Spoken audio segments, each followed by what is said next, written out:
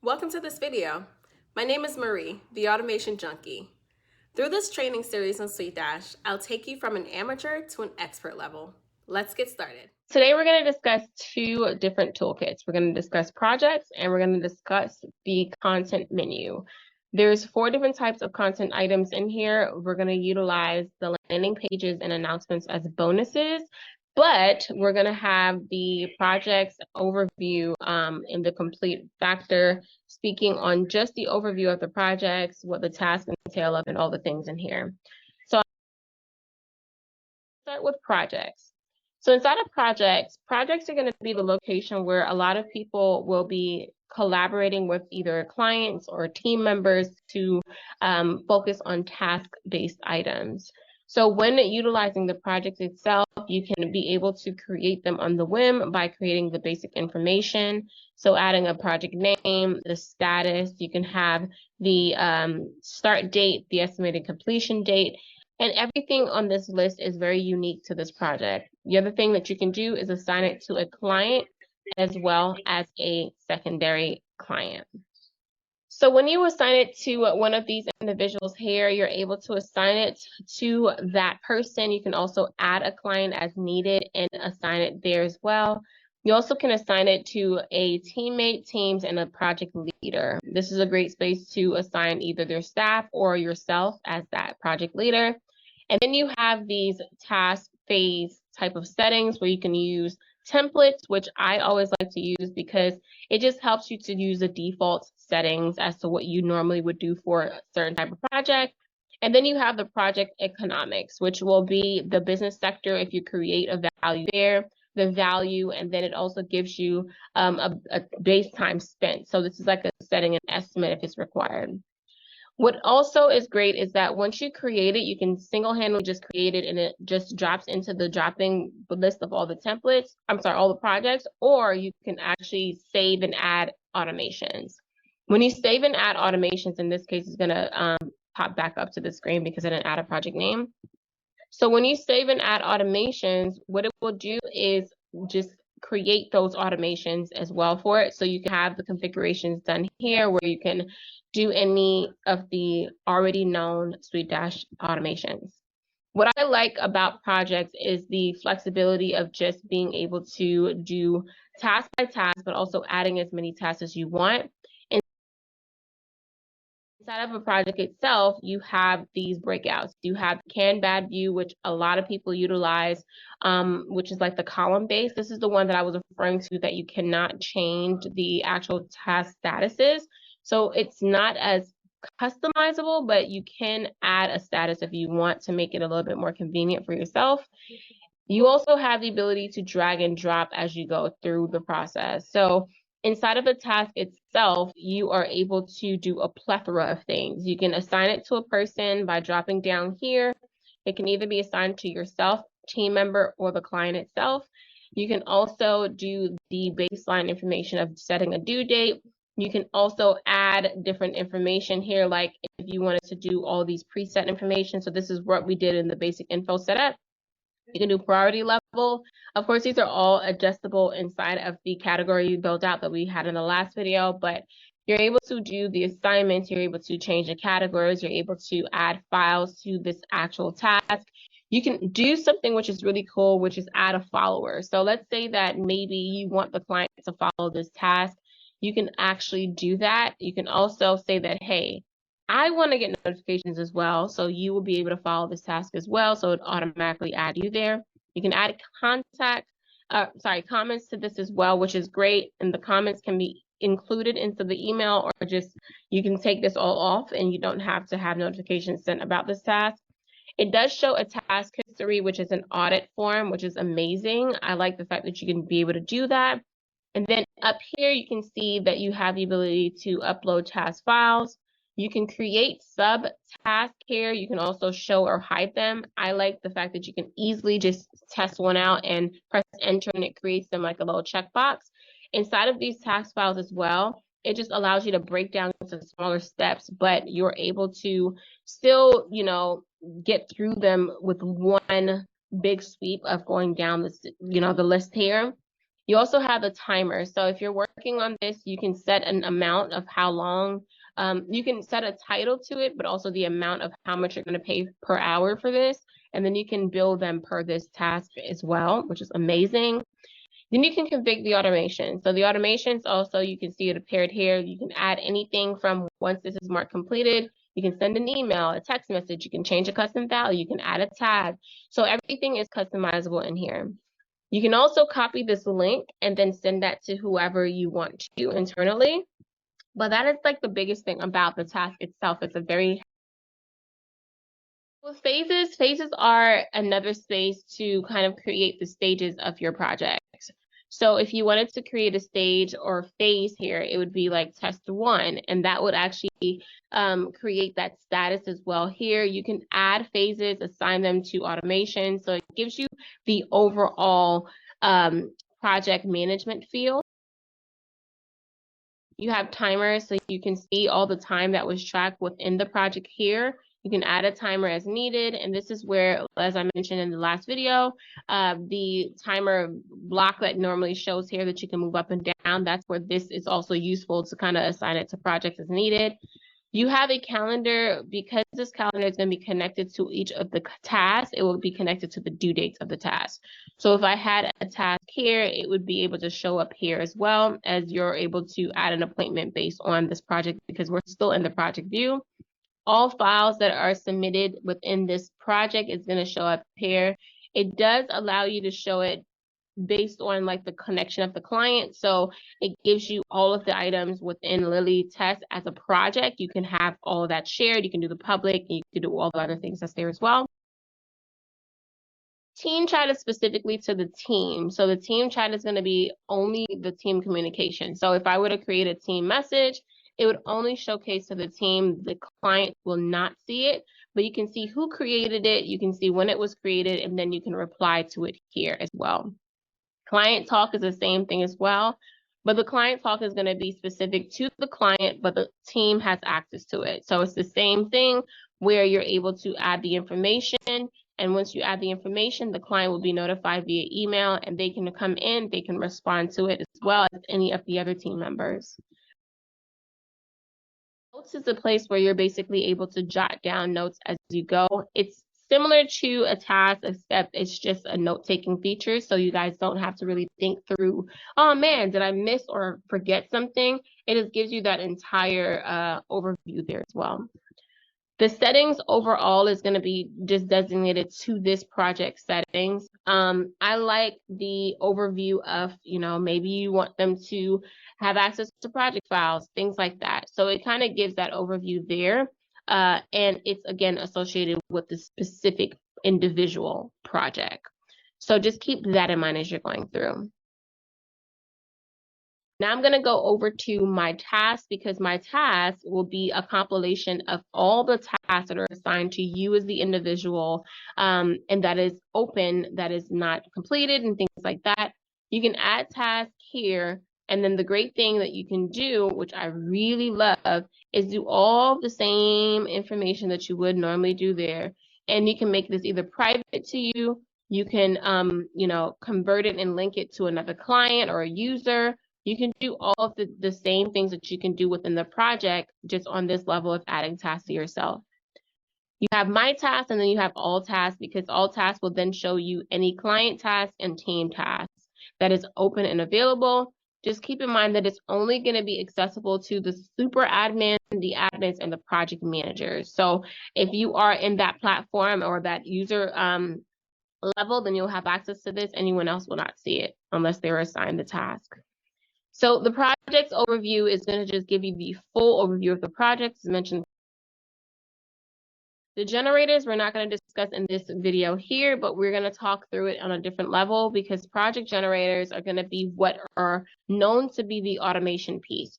So inside of the automation toolkit, what you have is the ability to assign a project generator, which already has the template already built out. It's a very great space to use if you're trying to create a quick and easy routine project. Templates are going to be your best friend because you're going to create the phases and tasks within that template. And when you do that, it allows you to automatically link it to a generator and it prompts it automatically. It's very cool. For the calendar, it just overviews all of the tasks. It links all of the task due dates on there. So for specifically, it just talks about the one that we created. So you'll see that this one, you can also create one and assign a task. So you can add a task here on a due date as well. Pretty cool because you can assign it based on any of the assignees. You can also assign it to the project that's open. So it gives you the flexibility to do that on a calendar view level. As you can see, it didn't navigate me over to my calendar. So you want to just go back to projects because it did shift me over. So I'm going to go over here to all tasks. The next part is going to be work requests. So we're going to deal with work requests in a different video as well. But work requests, similar to task, it gives the client the ability to submit a request for an item. But the beauty about a work request is that it can be itemized. So they can select an item list or they can customize their request based on their inputs, and then you can quote them a price before it actually is going to be completed. So it kind of gives you that flexibility of not having to, oh my gosh, like they're going to submit 10,000 tasks. You can actually quote them for something. Let's go back to this toolkit over here. Timers, as I mentioned prior, is going to show you the times that are associated with any task. This is going to show you the overview, whereas when we were in that project, it showed you the timer for the specific task project itself. Any archived projects that you may have archived is going to be here. So you'll have the archived projects as well as work requests. And then the settings is going to take care of all of the settings for all of the projects. This is where if you wanted to change the global project settings, you can do that. Meaning if you wanted to change the way that the project visibility is, the notifications are, if people can see or can't see the Kanban view, any task approvals, if you don't want people to just submit everything that you want to go through an approval process, you can have that here as well. This is all preference-based, so please keep that in mind. One of the things that I like about the notification settings is that you're able to customize it based on your needs. So this can be for an individual aspect, or you can change the actual task settings for everyone. So if you click on this update setting, staff settings, you can select the role that you're changing it for, and then you can adjust it this way. So let's say that for the admin only wants to see tasks that they're assigned to and get notifications about that. Cool, no problem. If they want to receive the email digest, but they don't want to receive anything else, then cool, we can adjust that as well. This is going to adjust anyone who is in that specific role. You can override their existing settings and hit save. So what that does, it then says, hey, if they had all of these checks, I no longer want them to get those access. I just want them to get this, and it updates that for that specific person. For the project dashboard, you can enable this or disable it. It is something that is newly created. So honestly, it really works well if you are going to want to welcome the client in a specific way. I've used it in the past. Clients sometimes don't care for it, but it is good to just see that it's a visually appealing space that gives them the overview of what to expect within the space. The work request, as I mentioned prior, is an ability that can allow the clients to submit different tasks as needed. Please keep in mind that you can disable it if you want the clients to not be able to submit them, as well as you can also allow them to choose from existing projects to just assign it to that specifically. The other thing that you want to do is once it changes to close, you have the option to either make it a project or to create an estimate or invoice for it. And then you can also have them either do an itemized process where, again, you saw that it was an itemized list, or you have a free form, which they have the ability to create the items. They have the ability to add and do the things that they need, so they're specific. And the last section here is just about the notification. So it's preference-based about how you want them to get notified. If you want to preset the request items, then you will be able to do that here. I would say adding things like admin adjustment, or if you're doing websites and you want to say website update, or revision, you'd be able to do that here. So if you're using this as a graphic designer, you'd be able to put revision, updates, all the things there, and that would be a request that they have just for the purpose of being able to select it without having to create a different item. The business sector, as you can see here, it just gives you the types of form or categories, I guess, that you could be able to add per a project. So that's all that's there. So that takes care of projects in itself. So the content is going to be a very fun space. So the content has dashboards, portal pages, landing pages, and announcements. Dashboards and all portal pages and landing pages are similar. The reason why they're different is because they have different functionalities. As a dashboard, people think of this as a centralized location where you have a home base. So it's basically like your home. And if you click on a dashboard, you'll see that this is your fallback currently as a super admin, unless you've updated it. The fallback normally shows that this is where people will land if they are in this role, and this is what I want them to default to, regardless of, whatever happens. Let's say that they come out of a circle and accidentally they're not in the correct circle. They'd have a fallback space to be on. This is the super admin space that normally is set based on SuiteDash's setup. It gives you all of the overview of the courses and logos and all the things like that, how to set it all up.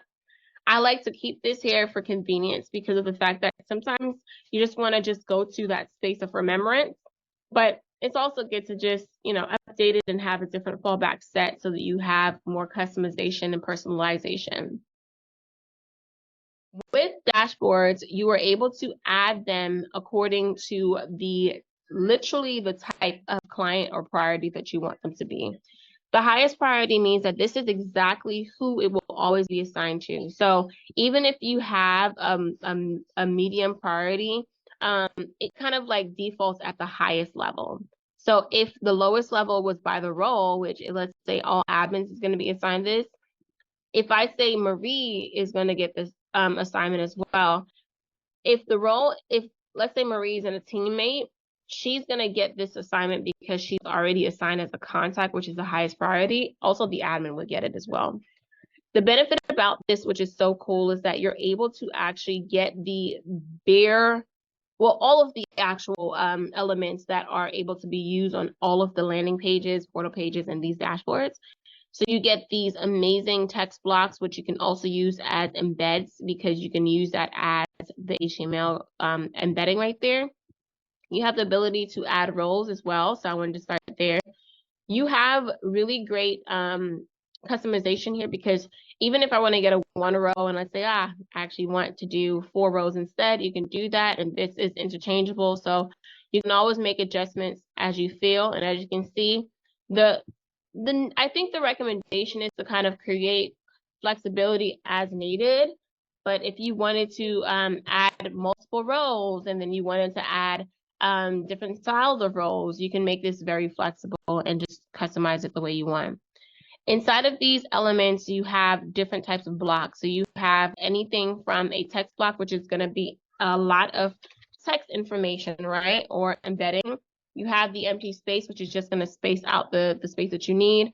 iframe, which is going to be more so for easy embedding for iframe items. And then you have the embed block, which is similar to the same thing there. Video blocks, which is going to be for just YouTube and also Vimeo. So those are the types of styles that you have there. And then you have the chart, which these charts are going to be pulled from a value. So it's either going to be pulled from something that you default in here or a custom field.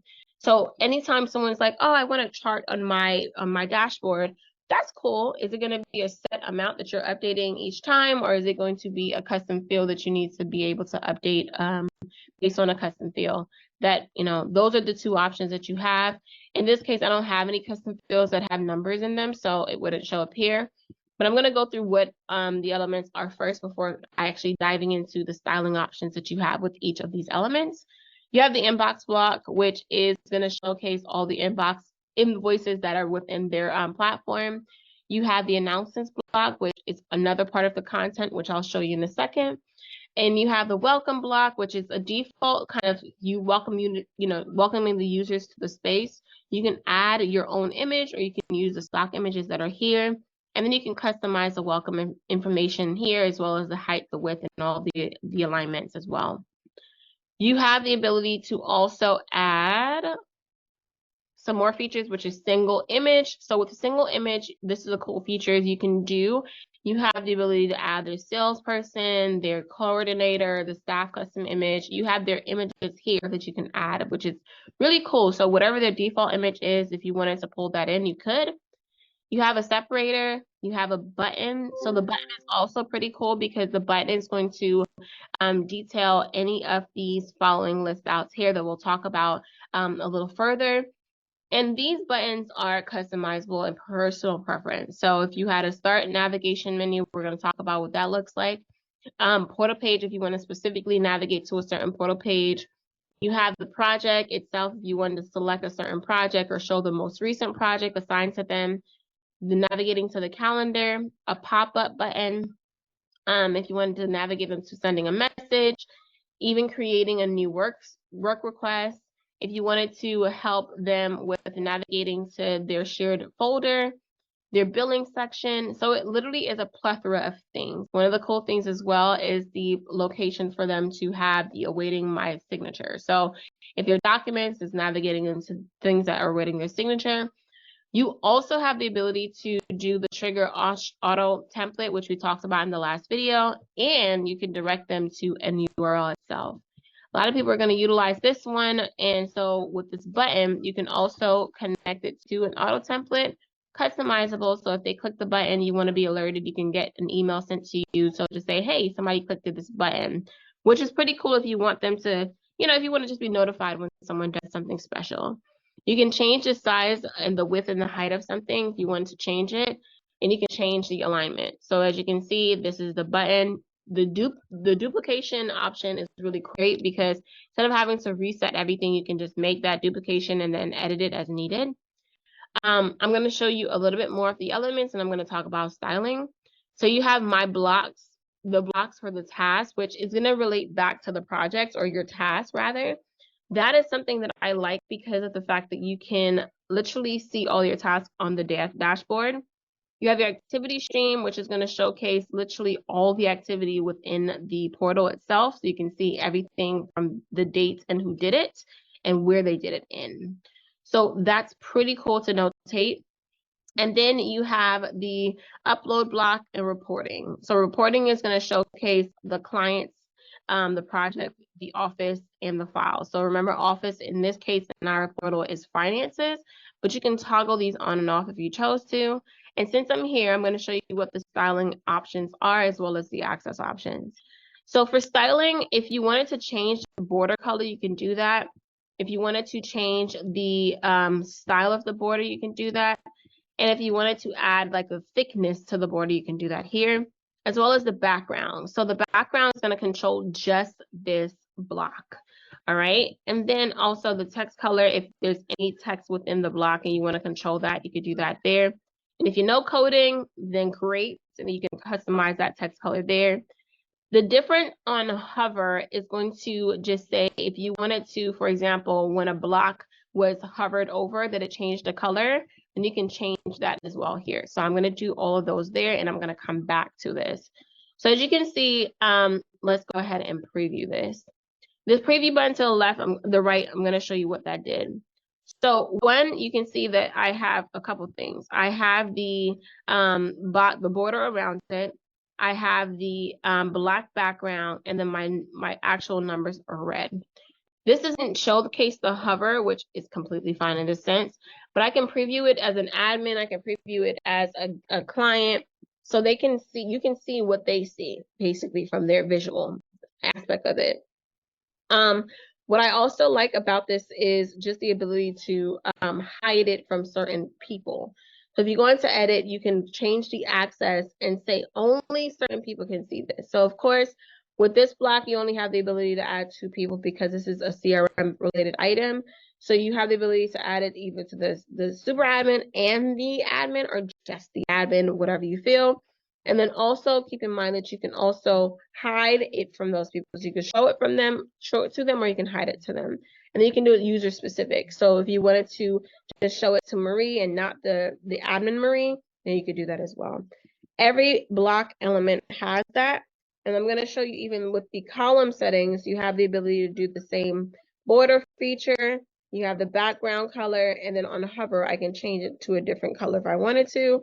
So you have that feature on mostly everything. So if I wanted to come over here, and you can see, for some reason it's not showcasing it here, but you can see that this is the background color. I didn't change the text color, but you can see it there as well.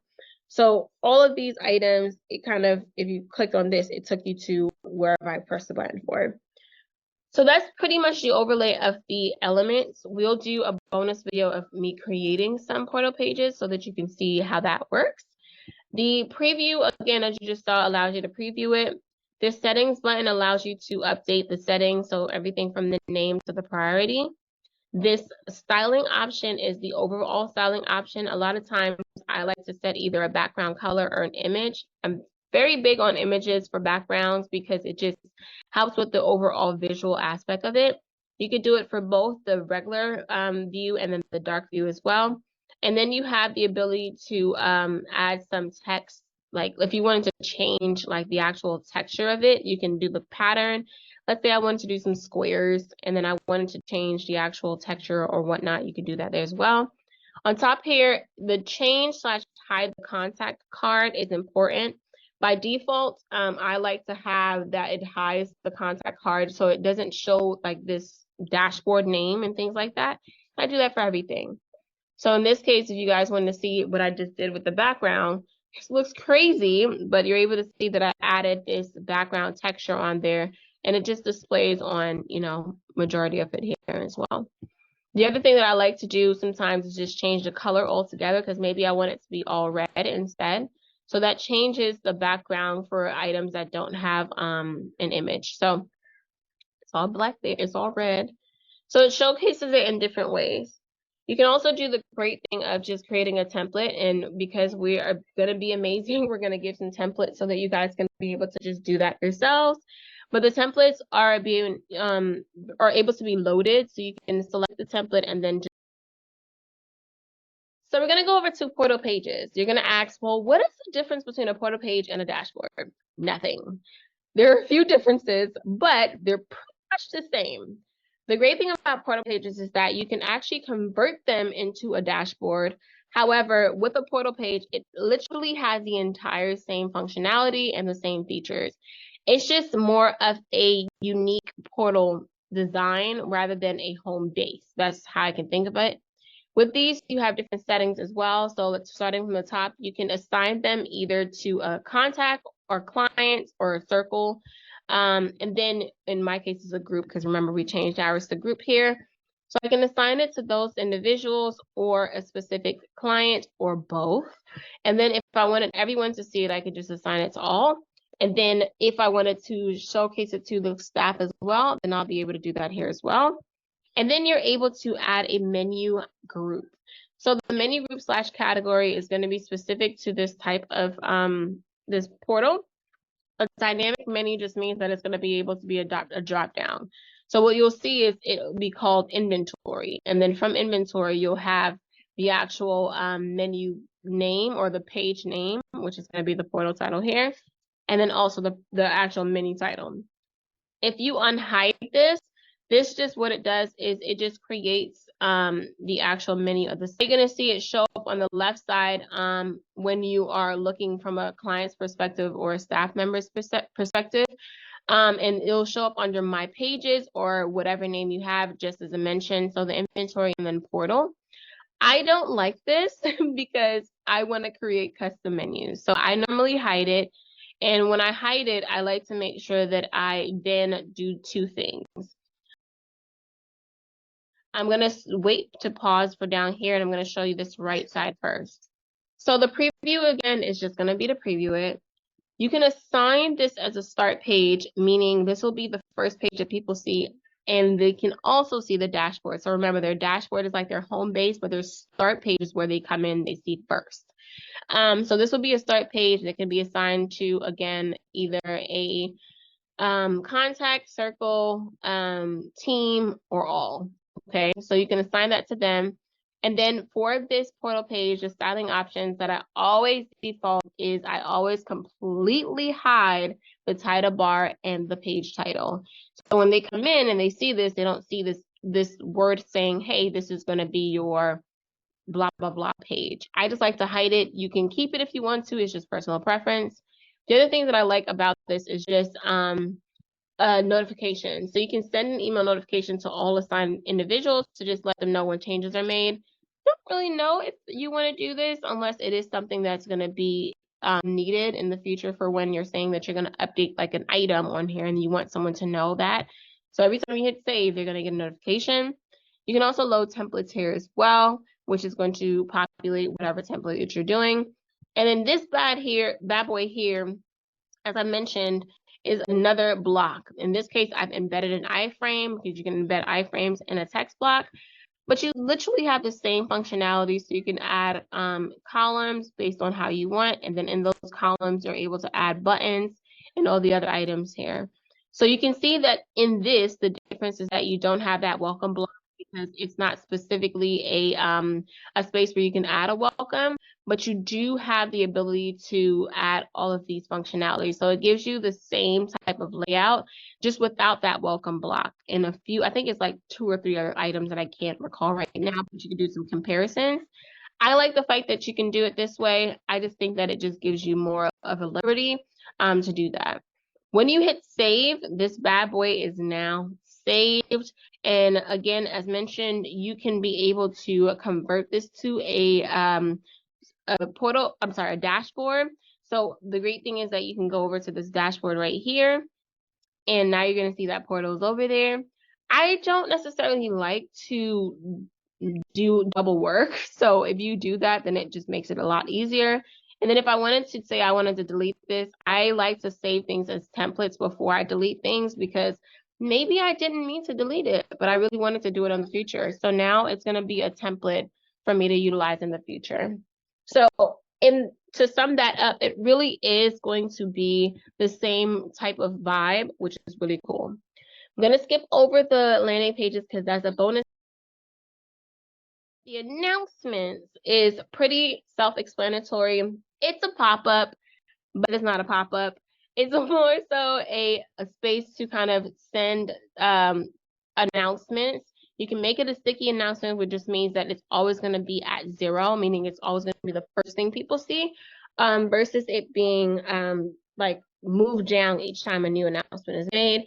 You can also default the access. So remember when I mentioned that there's 2 different types of notifications that you can do inside of SuiteDash. It's going to be a pop-up notice that when we talked about pop-up notices, similar to what you've been seeing inside of the portal. So this is a pop-up notice here.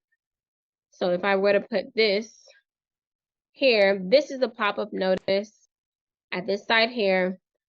But for the announcements are going to be located on dashboards. So if I go to an announcements, and we're going to create an announcement. I'm just going to call this whatever. I'm going to hit save. The announcements now will be shown on dashboards. So there, like I said, the features that you can do specifically on portal pages that you can't do on dashboards, vice versa. Rather on dashboards that you can't do on portal pages. And you can see announcements block is 1. And so if I were to preview this, it's really not the greatest, but you can see that last, let me change that background color because Lord, it's driving me mad. Oh, it's the actual background color. So if you wanted to preview this, you're going to see the first announcement that I just put in right there. So you're going to see that announcement with that KK that I just put in with the MM.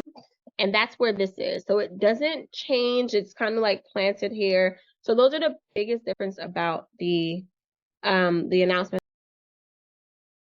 Last but not least, this is the bonus round, the bonus feature, which is the landing pages. This was recently released, and I love the fact that they've done this because instead of keeping it in-house inside of the portal itself, they're making it now worldwide. You can take your portal page, you can make it into a landing page and have a direct link to this landing page without people having to sign in.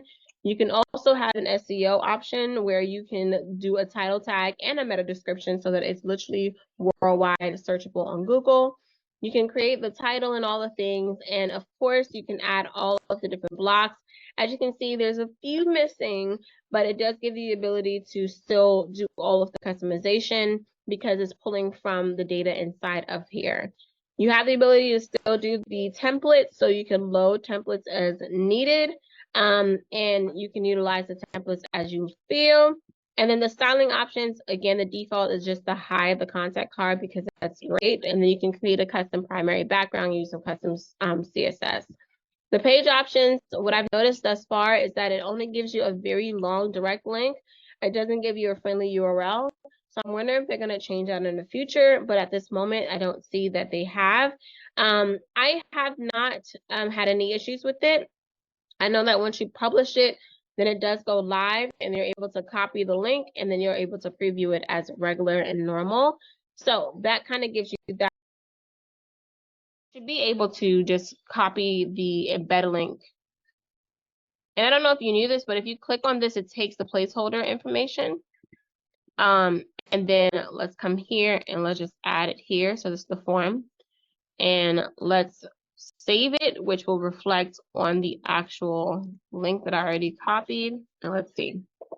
It should work because so it works just like a regular page would. It just has this extra ability to, see all this. And they don't necessarily have a friendly URL for it right now, but I believe that you can actually make a friendly URL for it. Oh no, I guess you can't. Or I guess you can. I guess you can. So it would be, I guess, let's say landing, test landing. It more than likely would work. No, oh yeah, so it would. So if I go to, what was it, golden.ra and test landing. Oh, it already copied the whole thing. So it should take me directly there. Yep. So, but it still showcases the actual full link, but it works either way. The staff, what happens is you have the levels and hierarchies. So a staff member can either be a admin, project manager, office manager, a teammate, or salesperson or freelance. So these are the assignees. So your role is going to specify what you are. And a super admin gets access to everything because they are the super admin. They're the owner of the account. Well, I hope that you've enjoyed this video. Ready for the next one?